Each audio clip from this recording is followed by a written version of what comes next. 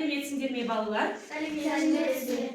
Бүгінгі сабағымызға қош келдіңіздер. Сіздерді ортаға шақырамын.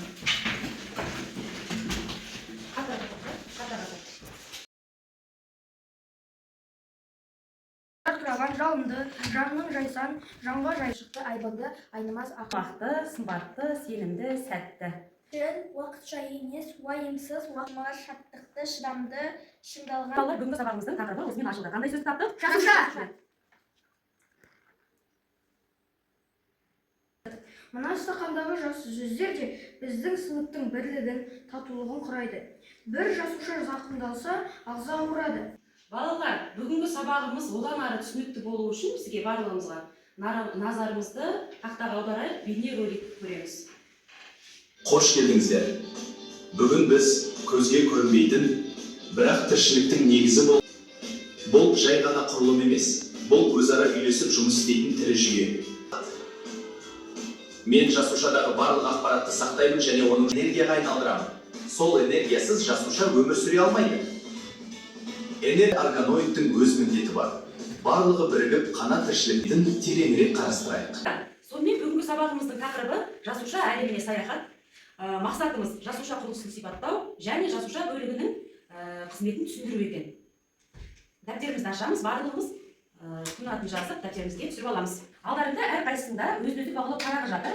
Соған қазір сабақтың өн бойында кездескен тапсырмаларды балаларды қойып отырасыздар. Түсінікті ме? Кәне атымызды жазамыз. Тапсырмалардың балын қойып отырамыз өзімізге. Ең соңында бағамыз шығу үшін. Сендерге жеке жұмыс мәтінмен неге қайтеміз? Толтырамыз. Тезірек қимылдаймыз балалар. Тезірек қимылдайық. Гуфтың су тамшысындағы бір жасушалы ағзаларды көрді. Шлейден жасуша теориясының негізін қалады. Жазамыз, қане.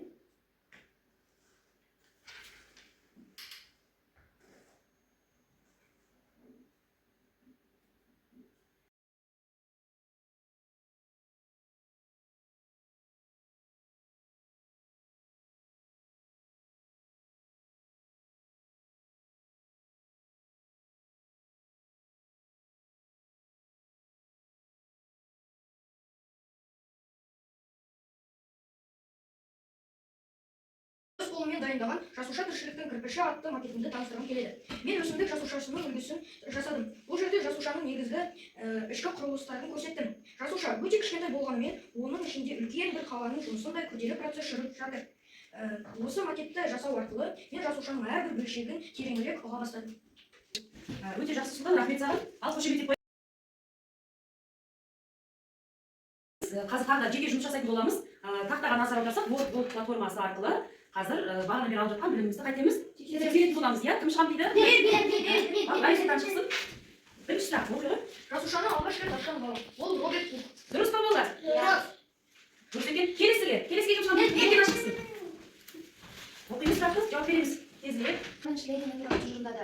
Шван мен Шлейден жануар мен өсімдікті жасушалардың құрылысы бір-біріне ұқсас екендігін тұжырымдады. Жақсы, иә. Жасушаны зерттейтін ғылым зерттейтін ғылым психология. Дұрыс па? Иә. Жақсы, отыр. Жасуша қабыршасының қызметі зат алмасу. Жақсы, отыр. Балалар жаңағы жеке тапсырмамызды өзіміздің бағалау парағымызға қайтеміз деген сөз? Жазамыз. Қоямыз деген сөз, иә? Ұмытпаймыз.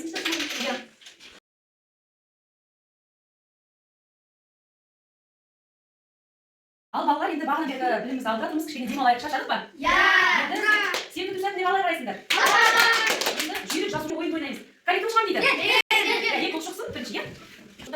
Балалар, жүйрік жасуша деген ойынымыздың шарты, бұл жерде сендерге жасушалардың арбауы жоқ өздері ғана беріліп тұр, иә, органикалар. Енді соны біз қайту керекпіз, тез арада табу керекпіз. Ортада асық жарды, асықты өзімізге ұпай ретінде қайтеміз деген сөз. Алып отырамыз деген сөз екен, иә? Ал бастаймыз, кәне. Ядро.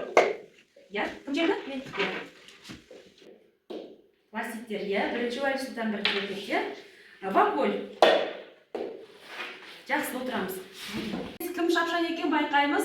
Митохондрия. Жақсы, бір-бір ұпай алып отырамыз, иә? Ұмытпаймыз. Пластиктер. Қане, дұрыс екен. Ядро. Дұрыс. Плазмалық мембрана. Қайда? Қате, плазмалық мембрана міне тұр екен. Нүрекке. Дұрыс. Ұпайымызды алып отырамыз.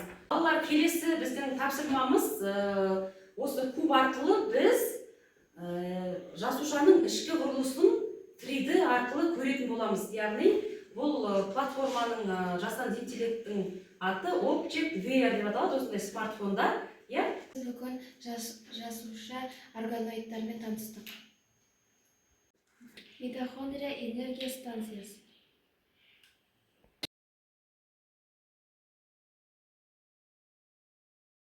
Бүгінгі сабағымыз сендерге түсінікті болды ма? Ұнады ма?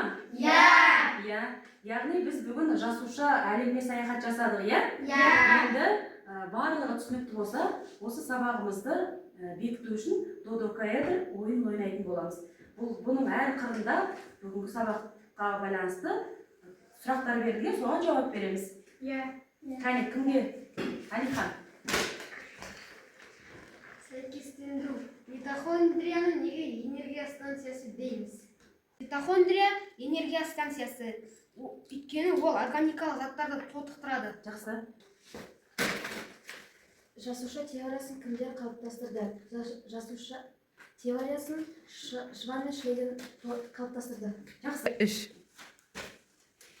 Қызмет, ядроның жасушадағы рөлі қандай? Ядро жасушаны басқарады және де көбеюге әсер етеді. Жақсы.